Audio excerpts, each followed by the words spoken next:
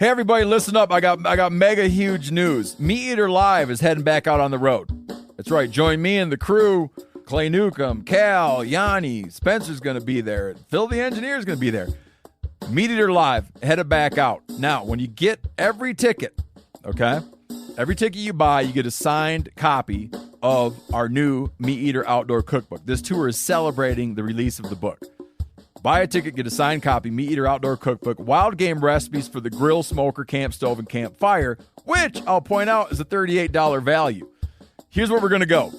April 23rd, the Mesa Art Center in Mesa, Arizona. April 24, the Balboa Theater in San Diego. April 25, the Grove in Anaheim, California. April 27, the Crest Theater in Sacramento. April 29, the Union in Salt Lake City. April 30, the Egyptian in Boise. May 1, the Wilma Theater in Missoula. May 2, the Bing Crosby Theater in Spokane, Washington. May 4, Revolution Hall in Portland, Oregon. And May 5, the last day of the tour, Pantages Theater in Tacoma, Washington. For tickets and more information, visit the events page at themeateater.com. Hope to see you at the show. Hey, I'm KC. And I'm Tyler. And you're listening to The Element Podcast.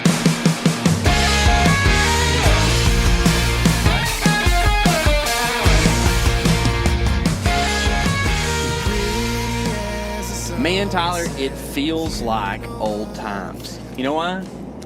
Are you assuming my gender? Don't know. I will, though. I will assume that. We're truck casting. Yeah, we are. And it feels good. Yeah, finally. Finally. Thank God. It's been a while. I know. We've been sitting in back rooms and doing all kinds of stuff and casting, but today we're truck casting. We're actually going to go film something a little bit outside of the deer woods. Man. Tentatively, this is your... Now, I don't believe in jinxes. No. Okay? This is your last wedding. Is that like a Bigfoot? A jinx? What's a jinx? Yeah. It's like a lynx, but with a J. Okay, I got you. It's like a big cat. It's black, probably. Yeah, it would. A jinx would be a black lynx. Yep. Yeah. Yep. It's a cross between a jaguar and lynx. This is probably my last wedding, but I bet you it's probably not. Yeah. It's like, it's the last one I have booked. It's the last one I really want to do, but there's a good chance that I feel like I have to do one at some point because it's nice to do something that actually makes money that I put a lot of work into. Yeah. Which has just not been the case through most of my life. But the element is getting busy enough for me that I am trying to really just focus down on the element stuff and not have this whole other looming editing project and this and that kind of take away from my time where we can get content out more rapidly. Well, I'm going to go help you with this one, but I'm not really a wedding videographer per se. I've done the videography stuff, of course, with the whitetail and all this hunting we do. So Tyler has specifically instructed me to not open my mouth so they don't really realize how much of a redneck I am. But this is your first and my last. There we go, dude. What up? Actually, it's not totally true. Oh. I was a groomsman at a wedding and was responsible for the GoPro. I was there betting. Vetting.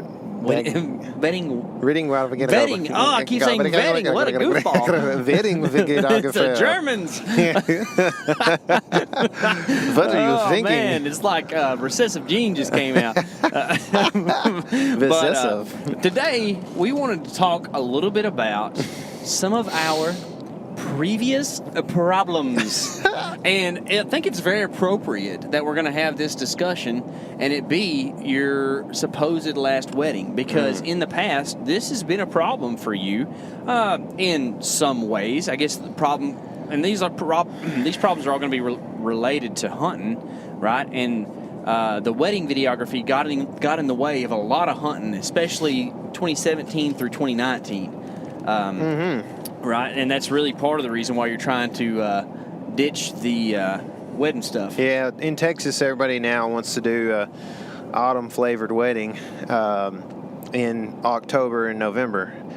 Because it's finally tolerable to go outside. That's right. It's literally, it's crazy, but like I get more inquiries for the first part of November than I do any of the rest of the year. Seriously. And I don't know. There's just something about, I guess, what people are seeing the weather behave like in early November. I guess it's a fairly consistent, finally cooled off, like you said. It's usually Not too dry, many too. Raging cold fronts, Yeah. you know, or whatever. And Yeah. so, yeah, like that's the time. And I've gotten to where the last 2 years, especially, I have just said, sorry, we're unavailable every time I get a October or November wedding request. So, I mean, I'm literally probably missing out on, 80% of my business or whatever. But like I said, it's busy enough around here at the Element, and things are on the up and up that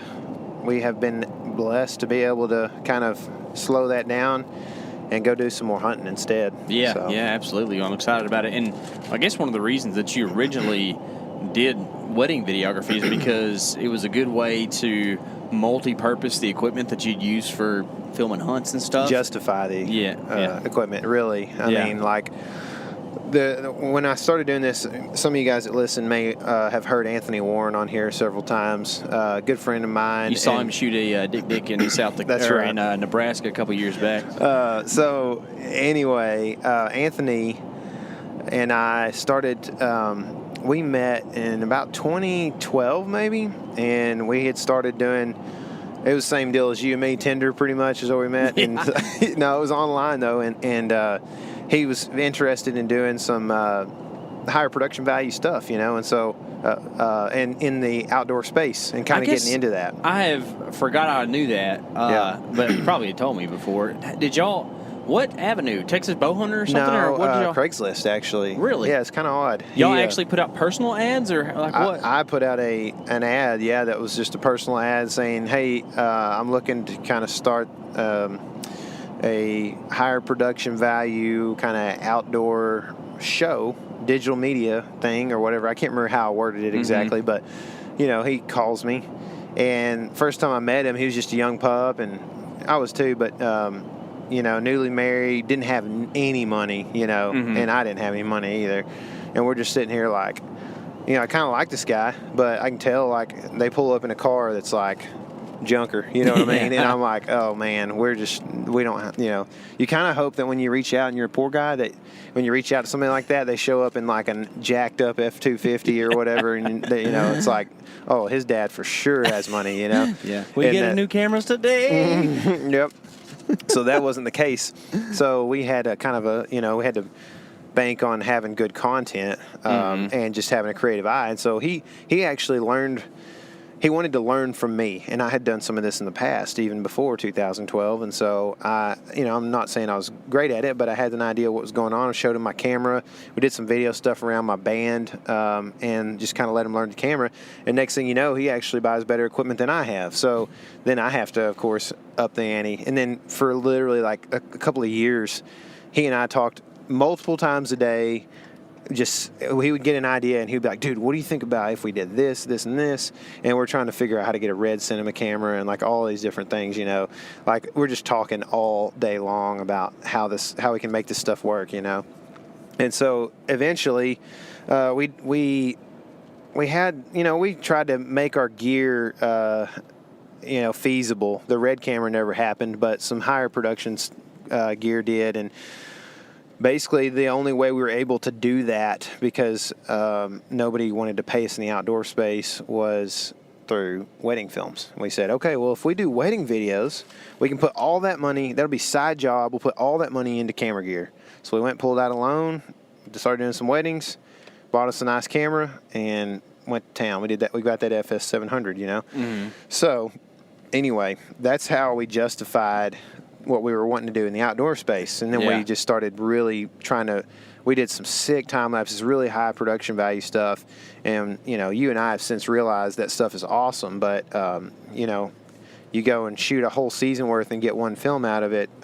It's hard to make pay the bills, I guess, If so you're there's a doing fine line. The YouTube format, which is about the only way to do this thing nowadays, you just can't do that. I guess if you were going to, we actually did the math on this the other day, guys, just kind of to make sure that we are doing things smart and right, and it takes hundreds of thousands of dollars in advertising revenue to pay and also give yourself a salary to have a spot on even the lower level outdoor TV channels. Mm-hmm. So it's just not really feasible for some guys from East Texas, especially whenever it's just not that much fun either. You know what I mean? Like, well, and that TV, for those who don't know, I'm going to be a little bit clear here, hopefully, and a little see-through. But for those who don't know, the TV thing, like, those dudes are more than anybody just at the mercy of these big sponsor dollars, and it's not like that necessarily it's a big dollars. Some of it is, some of it's not. But either way, they're big companies a lot of times, because the big conglomerate companies in the hunting industry want to spend money at TV because that's what's worked in the past. They have, proven numbers to show that this is working, and they have decent money to throw out there, right? So they end up pretty much also, because they're a conglomerate and everything has to be done a specific way, and like, Joe wants it done because Joe has always been in this industry doing it right. Like, these guys end up in outdoor TV, and I think people have seen this and know what I'm talking about. They literally can't post a post without it being some kind of promotion for a company. In this world, it's called deliverables. If y'all don't know that, and in any deal that you do, you have deliverables, whether you're a contractor or whatever. It's the things you're supposed to deliver, right? But like for the outdoor stuff, it's going to be like the things that you're supposed to give back in return. And it just seems like the deliverables for outdoor TV are astronomical. Like, those guys have got to do, guys and gals, say guys. It seems like it. I don't, we hadn't done that, so we don't know. No, but it's like, if you look at the way they're doing it, yes, but they're probably getting paid for it too. It's not like, especially like the big dogs, like Lee and Tiff and them. Like, they ain't doing a Golden Estrus commercial for nothing. You know what I mean? But at the same time, what we do gives us so much more liberty to just be ourselves, and that's what we're really after. Tyler and I both, when we decided we wanted to try to push to do this for a living, we decided that we wanted to, do something we enjoyed doing. If not, I would just continue to do construction, because it pays better. You know? But at the same time, that's not what this podcast is about. We were trying to get to talking about camera equipment. Yeah, with that. So basically what has happened is we have turned this thing into what we do now, which is producing more content than just a single season, 30-minute, just high production film. But what we still want to bring the highest value of production we can. We want people to go, man, those are cool shots. Those are creative. Those are good thoughts, man. This is not boring. Like, these are things that we want to create because we obviously want people to view it, but also we want to be proud of this work too. And so that brings us kind of to the point here. We've had these persistent previous problems, or whatever this is called. I love the consonants. There are some things that we're going to be trying to fix this year and trying to get better at, and we're going to talk about those things in this podcast. We're going to start with camera gear, and this may not interest everybody because not everybody wants to self-film. Not everybody, even cares at all about the filming stuff. We're going to talk about that. We're going to go into gear a little bit, and we're going to talk about some more theoretical, practical, strategy type stuff. But with the camera stuff, with all that has been said so far, basically what we have struggled with, or what we saw that we struggled with last year, and in the last few years, are several different things. In case you can clean up after me here, but basically, we noticed that in 2019, especially, K.C. and I we were having so many good encounters with deer, but it was all self-film stuff because it was just me and him still, and there was no way to really bring anybody on board. Or it was just you and I, and we're both trying to play half hunter, half cameraman. Yeah. But we also realized that if two guys are hunting, there's a better chance that one of us gets a shot at a deer, and we kind of both like shooting deer, and it also makes for a cool video too, right? Yeah. So we start going out into the field, separate, but also in the middle of the day, we're trying to help capture, what's going on, and we're making these moves and stuff. And it just is when you've got two storylines going with two hunters, and then we're meeting up in the middle of the day. You're like, how do you put all this together and make a story? You know, even if it's just a day-long story, like how does the story get told very well with two guys trying to tell two different stories, but they're together at the same time sometimes, and sometimes they're not, right? So basically, we thought one of the big things we needed for 2020 was a camera guy. Mm-hmm. And so we found a way to do like kind of the intern thing. We had a lot of inquiries. We appreciate those if you're one of those people. And we ended up deciding on a guy that helped us out up until Illinois. I think was the last time. November. We were still chatting with him in November, but things just kind of became a struggle because it's an internship deal, right? So like, you know, I know there are paid internships out there, but this was one of those deals where we're like, dude, we're going to try so hard to get you paid sometime in the near future, but we can't do it this fall. You know, it may happen even in the new year. We don't know. So, you know, like I said, I'm being transparent here, but it just got stressful for him, I think, not being able to have a whole lot of money and us not having a whole lot of money to help him out with. I understand that too, especially when you're 20, you have parental pressure and things like that as well. And then also when you're 20, sometimes you just don't have things quite figured out too, so that makes things tough. You know, I didn't either. But and it's not that we didn't feed him or anything. You know, we took good care of him when we could, but just, you know, it never was like, here is $1,000 for your, you know, for your help. Here's a little bonus, but that's, you know, that's how it is up front. And appreciate his efforts and stuff last year. Yes, but it helped. You know, there was absolutely. We were able to capture the dynamic that K.C. and I have that you hear on the podcast in a video form several times, you know. Yeah. But made South Dakota really cool. It did. It made Nebraska pretty cool. It made South Dakota pretty cool. Just having a camera guy, that is. And so, anyway, what we decided was whenever he left, or you kind of decided that he just couldn't really pull it off, we decided, well, we need that. You know, we still need that. So how do we find that? We did the whole thing again, kind of opened up to the audience, and a lot of inquiries again, and we came across two guys that we've introduced to you on the podcast, and they're going to be awesome, man. I'm so excited about them. And so I think that's one thing that we really have thought production-wise that would be a good thing for us, along with just getting the ability as technology grows to have better camera gear, because we had a lot of issues last year with audio, and we had we wanted the capability, now that we have cameramen, to film high quality shots, right? When you're self-filming and, you know, shooting a deer in self-film fashion, you know, it's not like you're going to be zoomed in real tight and moving as the deer moves and stuff like that anyway. But now we've got these camera guys that are going to help us out. It's like, let's put a bad to the bone camera in their hand and let them do work. You know? And with that, Tyler and I actually just went and purchased a new camera, new to us, yesterday. We tend to buy almost everything we can use because that's just the way it goes when you are poor. But I should say that completely, because it's an expensive camera, but we view it as a tool, you know. But essentially what we're able to do now is where we started with the wedding videography stuff, and we're talking about, you know, all the camera equipment you purchase and stuff. There's a camera called a FS700 that looks like you were filming 1993 news shows with, you know, like it's almost a big over-the-shoulder type. And that you can run it like that. You know, we've done it.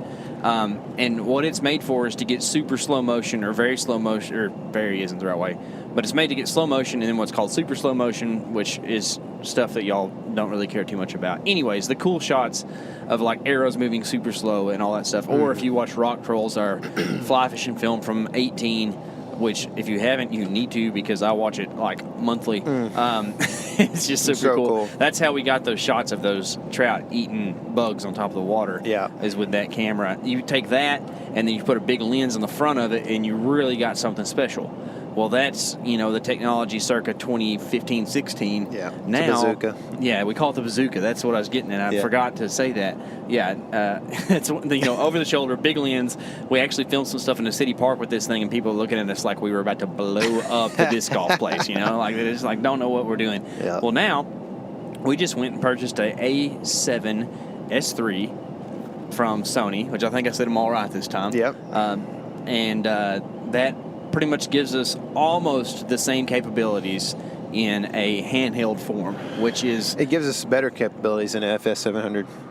Well, can we do 240? Yeah. Oh, man. So we're done. HD, and there's no 4K on the FS700. That's right. That's the big deal, because you're actually shooting 720 when you're going super slow, right? Or something like that? No, you're shooting 1080. Oh, you're shooting 1080? Yeah. Okay. Yeah, but there's no 4K at all. Yeah. Unless you do an upgrade, which you can buy a separate thing that's kind of expensive, Yeah. or you can just buy a Sony A7S So III. pretty much completely minus some settings that are different, right? With like the playback deal or whatever, which this is going to nerd out for y'all too much, and it's too much for me. But whenever we're filming those shots of those fish eating, we're just rolling the camera, and it's not actually recording, and then you press the button, and it just saves everything that was 8 seconds before. Mm-hmm. So that's kind of how we do that. This camera doesn't do that. Instead, you're just going to record the whole thing.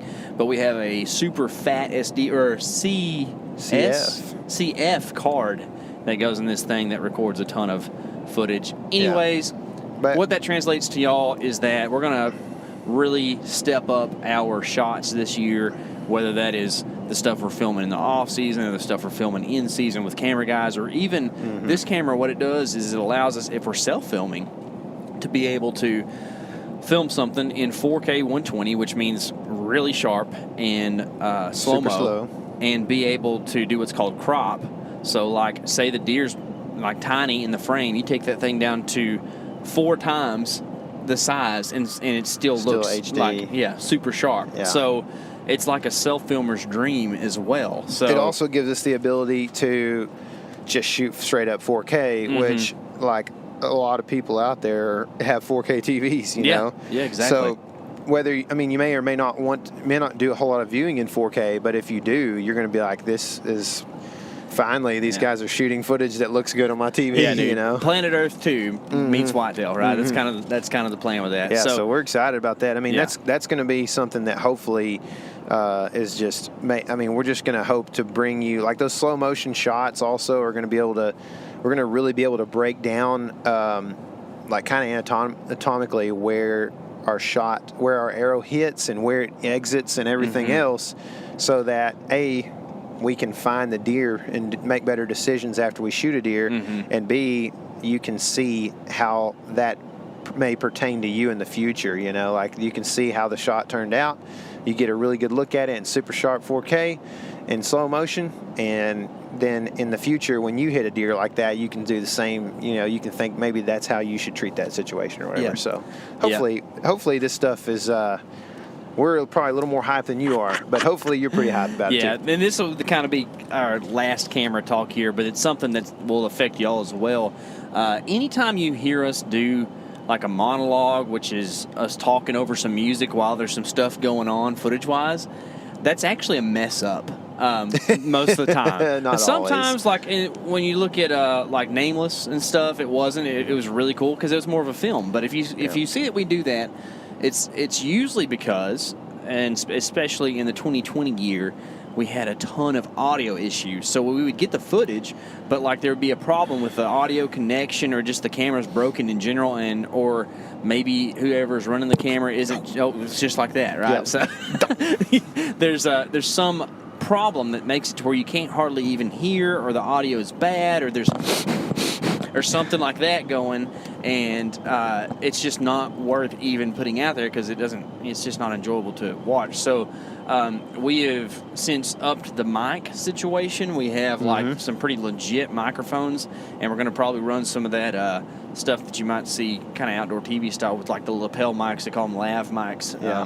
We're going to do a little bit of that stuff too, so that we get as much crispy audio as we can, because dude, I love the raw stuff, and I know that monologues are cool, and there's some things that are really cool to be done with that, but at the same time, like I love just the sound of the woods and stuff, and whenever that's not in there, it's kind of disappointing. And we had one of those mics. We upgraded one of those mics last year, and man, it made for some really, really cool audio. Yeah. And so we're excited about that.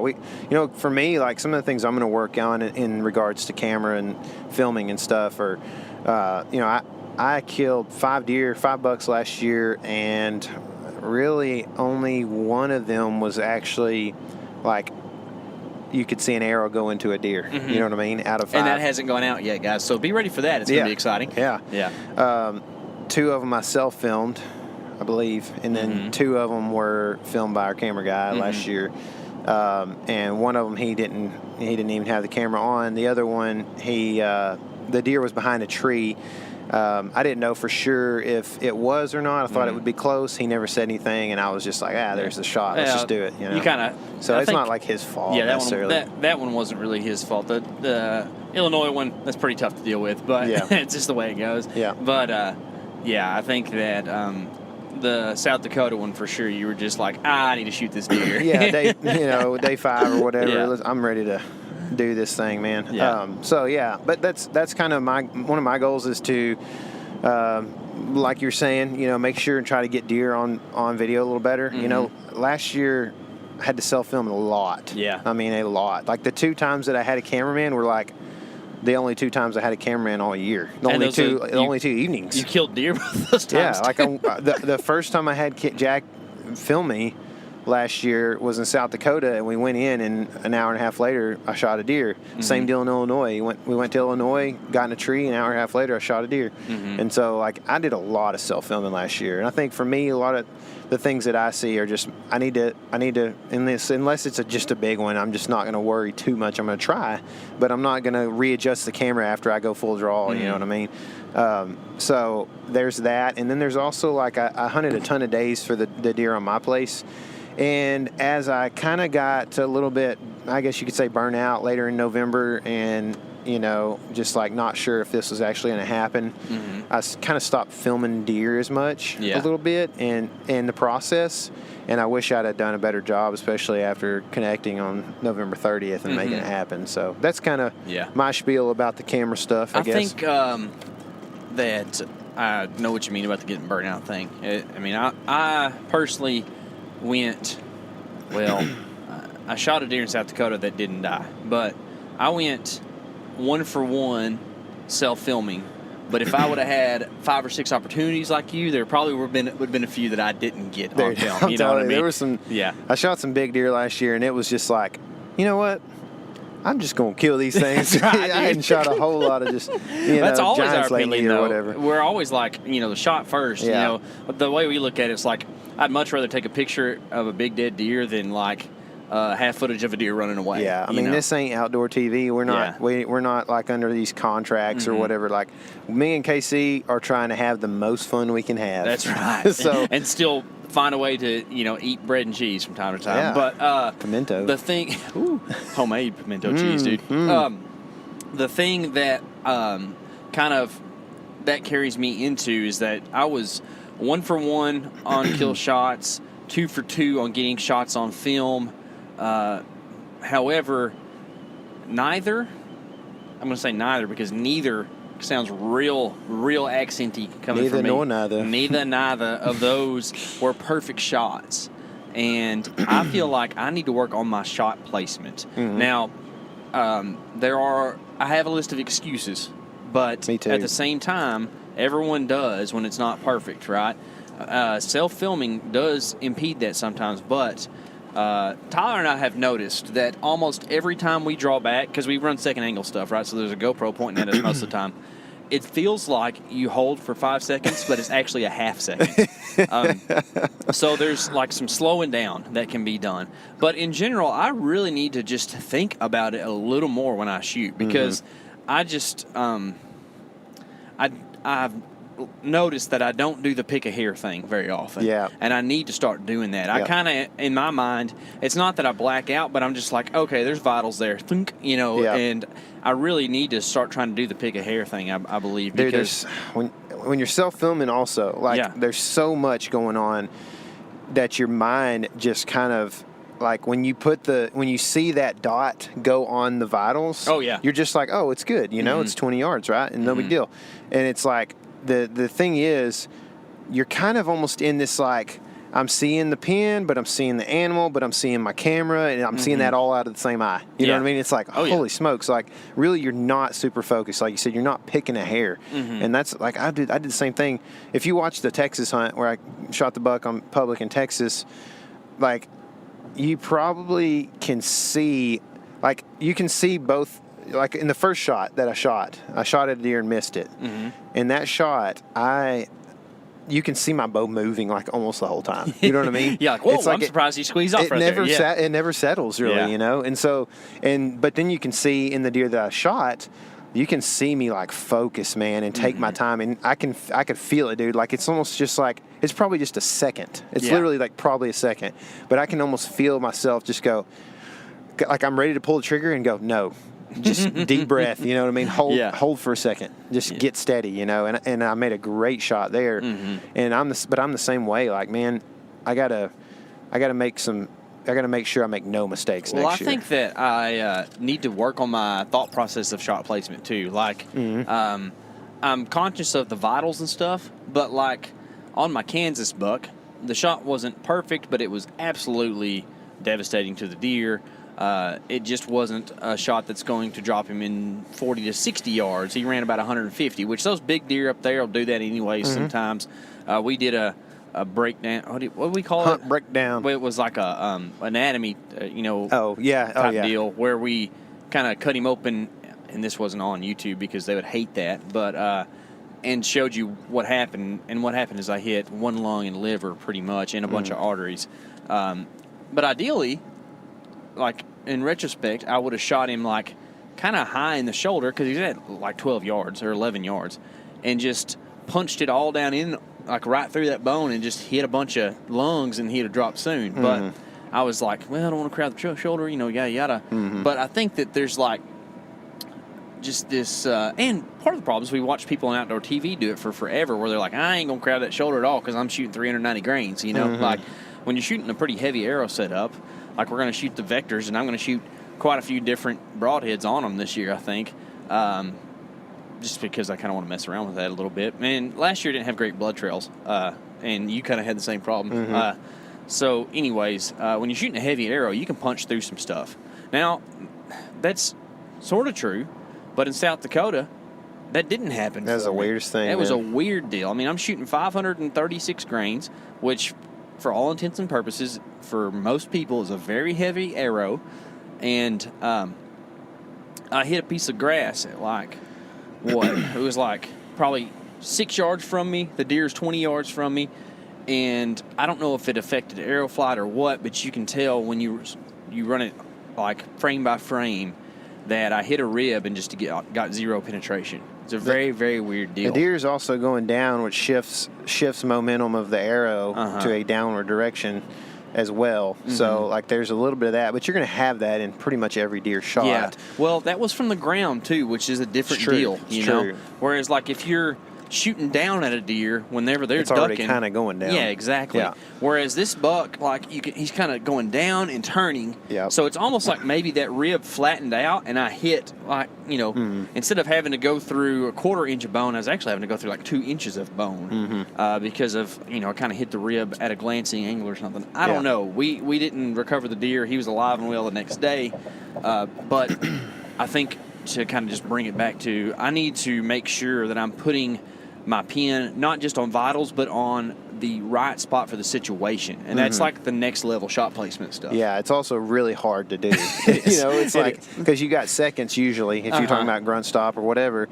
and that deer was looking right into my soul when I shot him. Yeah, the whole way pretty much. And he knew I was there. It's so hard to, because you don't know the angle a lot of times until you've grunt stopped him or whatever. You don't know where his shoulder is and if his leg's back or forward or whatever. So, that's that same deal for me. Like I'm going to be looking at some things I'm going to improve on or try to improve on in my arrow setup, my broadhead setup, my bow. You want to go just a tiny bit lighter, I think, this year, right? So one thing I struggle with in that Texas hunt, if you watched it, is I have a really, really low end, bottom end rangefinder, and so and when you're looking, when it's dark, it's already hard enough because that thing is like, it's worse than looking with your regular eyes, obviously, but like it's bad. And then you look towards the sun as well, and you got like that gray kind of haze or whatever, and everything's gray. So the rangefinder, I would like to maybe try to get a little bit better rangefinder situation going as well.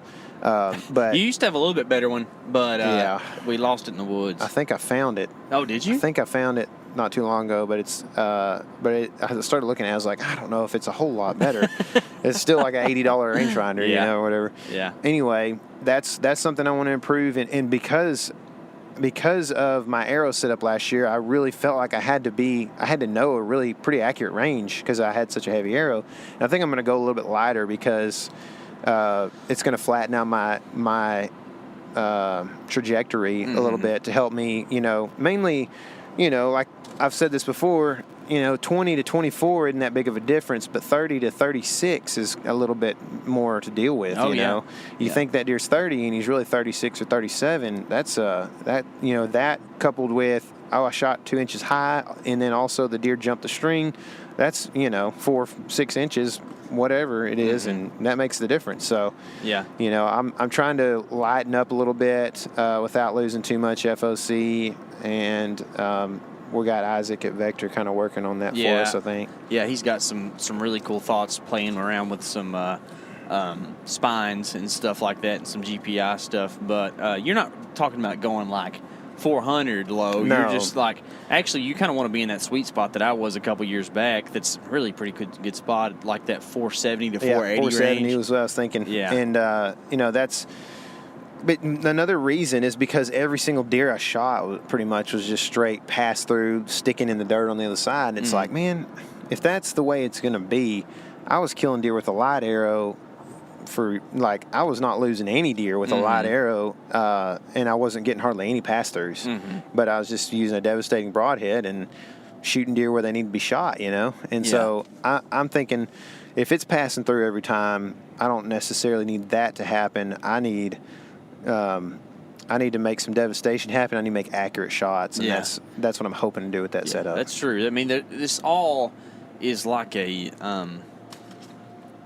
I don't know if you remember this, but like you used to could like create a player on some video games and stuff, and they gave you like 400 XP to work with, but you could distribute it among. If you wanted a fast guy, you could make him real fast, but you couldn't make him very strong or whatever. Yeah, exactly. That's kind of what you're doing with archery equipment. Like everybody can find a way to kill a deer. I mean, I know a guy who is an archery tech, and he sets his wife up with like a 330 grain arrow, and she kills deer almost every year and hasn't lost one. It's just I personally have the skills and the strength to not need to do that. Right? So you and I both are gonna do what works best for our own purposes, and it's cool to have that kind of adjustability or whatever you want to call it with Isaac at Vector to be able to kind of work through some of that stuff. I'm also probably going to gain a little speed this year.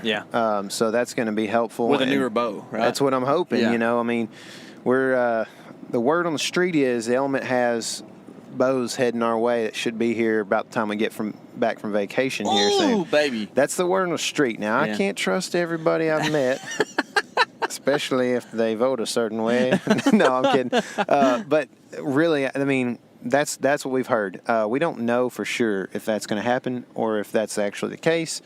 But if that is the case, I'm going to be shooting a pretty slick bow, fast bow, and it's going to help me out even shooting flatter, Maybe some slick tricks on the end of that thing, Maybe. I mean, and I think I'm going to actually probably shoot a mechanical this year. I know there's some people out there just rolling their eyes. Are you going to shoot a mechanical the whole time, or are you going to mess around with it? Or are you just not during season. I probably won't mess around much. If I'm hunting deer and not elk, I'm probably just going to find something about August that I'm settled in and shooting well with. Yeah.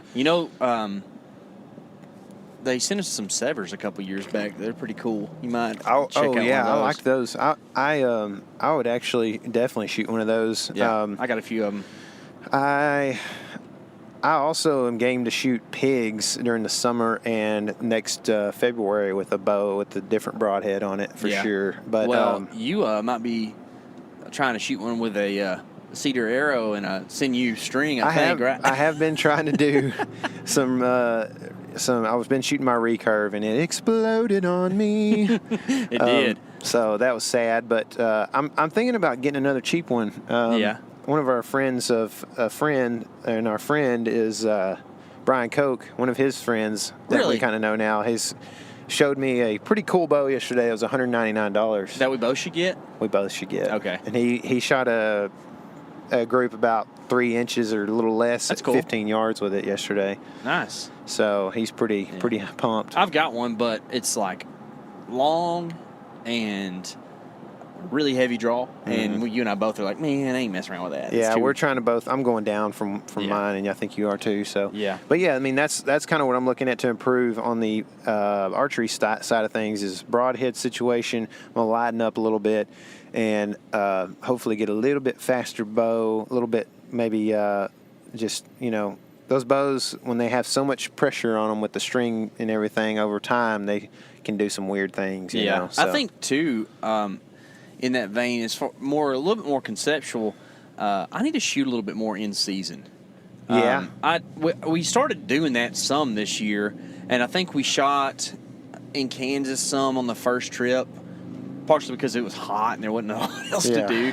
But then, like, I still had some stints where I didn't shoot my bow for over a week. It's so hard, dude. Yeah. I mean, It is. you're talking about like pretty much hunting most days, and when you're not, your wife has something to do for you or whatever. Yeah, and that's why and it's nice because we both have like permanent residences now. Pretty much, you're about to be there. Depends on if all the paint melts off that's the wall first. Yeah, but like you can leave your target outside. You know, they might not last as long or whatever. But in my opinion, I leave my target out there. If I've got 2 minutes, I can send a couple arrows right quick, and that's better than nothing, right? As opposed to getting everything out and messing with it. And what I started doing was like just shooting 60 yards, and that was no warm-ups, nothing, because you're not going to do that anyways with whitetail. I'm not going to shoot 60 yards at a whitetail, especially in November when I'm hunting from a tree a lot. But like, if you can, do pretty good at 60 cold, then you know that at 20 you've got it, right? Yeah. In a sense. So. Bad thing about 60, if you only have 2 minutes, is you got to walk all the way down there and back. That's right. I'm a one arrow type guy most of the time too. But what I usually do when I'm shooting 60 is I'll shoot a broadhead first and I'll shoot a field point second, and because that field point has a really low chance of ruining your other arrow. Yeah. And also, at 60 versus 20, you have a lot less chance of ruining your other arrow. You do. I still shoot separate dots. Not that I'm that good, but like. Oh, I do too. Yeah. If I'm pretty much shooting separate dots most of the time. Unless a lot of times at 60, and I'm not as good a shot as you. I'll shoot, dead center. You're not as good a yard shot as me, but when it comes to deer, it's not quite the same. It's it definitely is. Don't tougher. feel bad about yourself, guys, if your buddy can outshoot you shooting the foam at the house, because that ain't nothing. All right, it's a different situation, yeah, man. it's Your a different eyes situation. your pupils get a little more wide when you got a deer in front of you. That's right, man. That is right. Well, that's about all I have archery wise. I think there is some other stuff though that like I really want to improve on, and we've talked about it a lot. But one of the ones for me is, and this is for us too, is we're going to improve our abilities to access some things. We've done some kayak stuff in the past, but I think we're going to get a little bit creative this year. Going to get some hip waders. Maybe even some inflatable rafts. I've got Tyler has a little old boat motor, and I have a 10-foot John boat that just doesn't quite cut it. So I think maybe might try to get something a little bit better. That way for some of the stuff, if we ever decide to go hunt on a lake or something, we'll be able to, or a river, we'll be able to zip around a little bit with that. I also would like to... not be like weird about it, because people get crazy about this stuff, man. Yeah. Like this tricking out their vehicles and stuff, and honestly, if you got time for it, then whatever floats your boat. But I don't. It's not worth like investing a ton of money into like the ultimate hunting bike if you don't have a ton of money. You know what I mean? But I have a old junker mountain bike thing that doesn't even have shocks on it that I used a little bit last year for some stuff, and I would like to maybe rig that thing where it'll at least hold my bow or something. That way I don't have to try to just do... you remember Mortal Kombat, that guy had 4 arms instead of 2? That would be real handy for just a little bit when it comes to bicycling with archery equipment. So that's something, just the access vehicles might be something that we kind of improve on somewhat. For sure. That's going to help us, not necessarily in...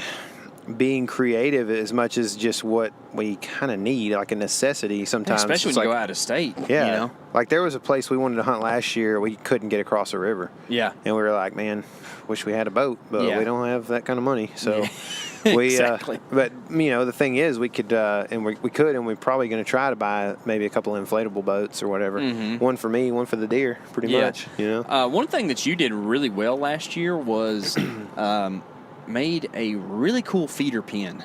Mm-hmm. And that's something that I need to improve on. Of course, not for public land purposes, because you'd be real dumb to build a feeder pen on public land, first of all, because it's illegal. Somebody's done it. Somebody's done it. Probably so. I have seen feeder pens that one of the sides is the fence to public land for sure. But I need to build that on my own personal property, because you and I were discussing this the other day.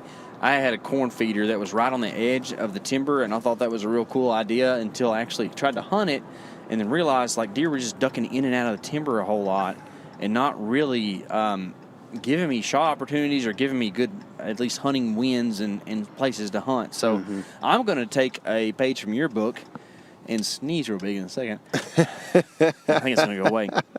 Okay, but I'm going to build one of your feeder pens on my property, and we'll probably film that and kind of show that a little bit. If you're from Texas and have hunted the Texas way a whole lot, you're probably like, guys, that's like, you know, I learned how to do that when I was 6, you know. But like if you're not, it's a pretty good tactic, because you actually didn't put a feeder in it. You just put corn piles in there and kind of did the Kansas thing. I just hand fed pretty much the whole year. Because it's right next to where I'm at every day, so I just drive to the back and put some corn in it. Mm-hmm. I didn't even do the pile thing really, but one time. Yeah. I put like 10 bags in there one time when I was going to, I think it was early November when we were going to be gone. Mm-hmm. That was the only time I ever did the pile thing really. But yeah, I mean, it's big though. I don't know if you mentioned that, but it's not like a normal feeder pen like guys make. It's big. It gives a lot of space to a deer so that it doesn't feel uncomfortable. And the whole purpose is to exclude the piggies.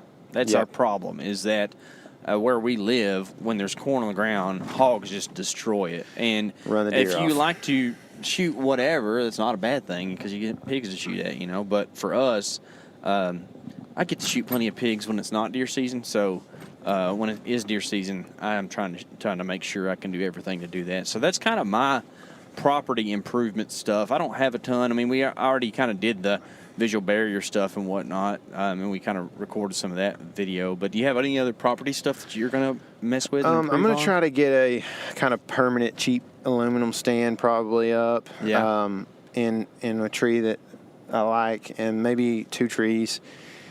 That way I don't have to worry about hanging and hunting, I mean, and where my steps are when I want to go somewhere else or whatever. And then probably, I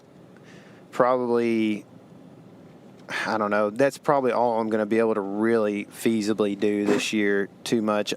I would like to get a ground blind out that Jet can shoot out of maybe, but that's about it on that side of things, you know, like,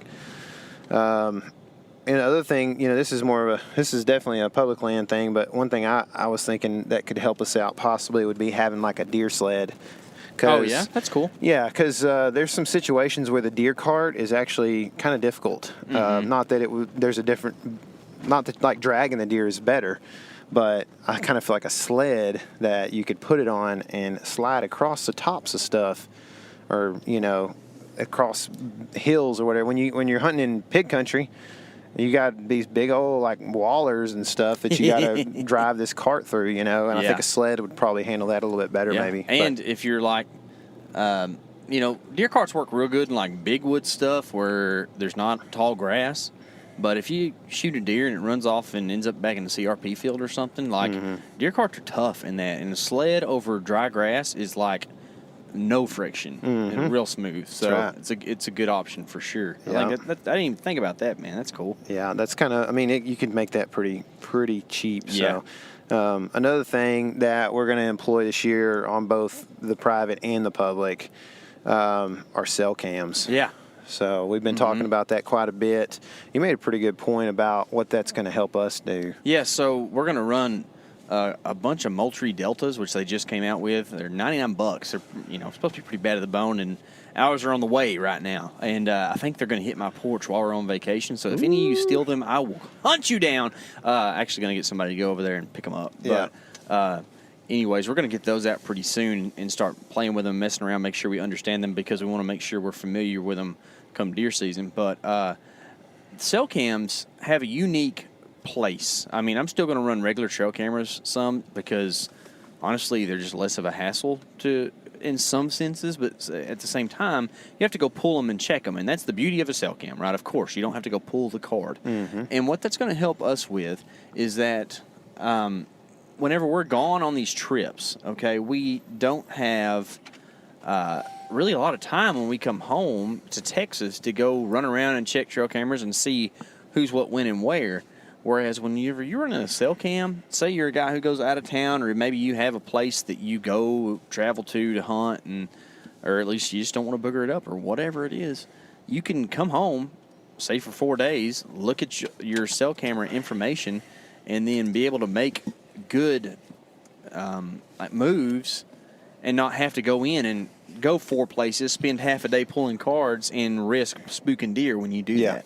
And another reason why that's so important is a lot of times we are traveling the first part of November out of state to hunt because it's still pretty hot back home and the rut is kicking in the Midwest. And so when we come back, like, it's time in East Texas especially, but a lot of parts of Texas are that mid-November to late November is when things are, deer are really traveling. We've seen around the 14th been a good day. And so, like, you come back and you need to figure out something quick. Like, you may have a day off where you need to take care of some business or whatever, and then it's like time to hunt again. And so, if you were taking care of house business and taxes and whatever else you needed to take care of, you didn't get to check cameras, and now you're going to be hunting the next morning and you have no clue what to do. And so the cell cams can really help you out there. So, that's another thing that's going to be helpful for us. For me, that kind of sums up a lot of what I'm looking to do. It's the bow setup with the arrows, the rangefinder, focusing on better shots, sled, a little bit of habitat stuff, permanent stands, and then all that camera stuff we mentioned at the beginning. You got anything else you've been kind of looking at? No, that really kind of wraps it up for me too. I mean, you kind of hit it on the nail on the head. Of course, there's like some really big things, and there's some minor stuff that would either just make our lives easier or just make it to where we can do a better job of telling the story and showing hunts to y'all, So if you are the kind of person who watches YouTube, be sure and subscribe if you haven't. If you have, we really, really appreciate the support, guys, because we really, not that we don't, but this year we're working real hard to make sure we provide you with something that can, bring a little joy to your life. And we by no means are knocking it in the head when it comes to, making tons of money at this or whatever, but God has blessed us and given us some opportunities to, I guess, have a little bit more liberty with doing some things, and I'm excited about it. That just means that 2021 is going to be so bad to the bone. We actually, I'm not going to tell you all the number, but we did the calculations of if everything goes good. No, actually, we did the calculations of what we thought would happen for how many bucks hit the ground. I'm not going to tell you all the number. It's a lot. It's a lot of deer because, honestly, one of the cool things about what we get to do is, we're going to work with a couple more guys. Like, Hunter, Chris, and Eric are going to be kind of our auxiliary crew, right? And so with the 5 of us between us, there's a lot of tags, right? Like, of course, Tyler and I, since we, built this thing and have been doing this for a while, we're going to do a lot of hunting. But those guys are going to do some hunting, too. And between all of us, man, there's some good opportunity going down right here, man. So I'm excited. Oh, we're so close. Let's go use this wedding to learn how to run this new camera. For real. And then we'll be ready to rock and roll for the fall. Does that sound good to you? It sounds good to me, man. We're going to make some timeless hunting videos this year, and it's going to be awesome, man. I cannot wait. Yeah, so. Sweet. Well, y'all remember, this is your element. Live in it.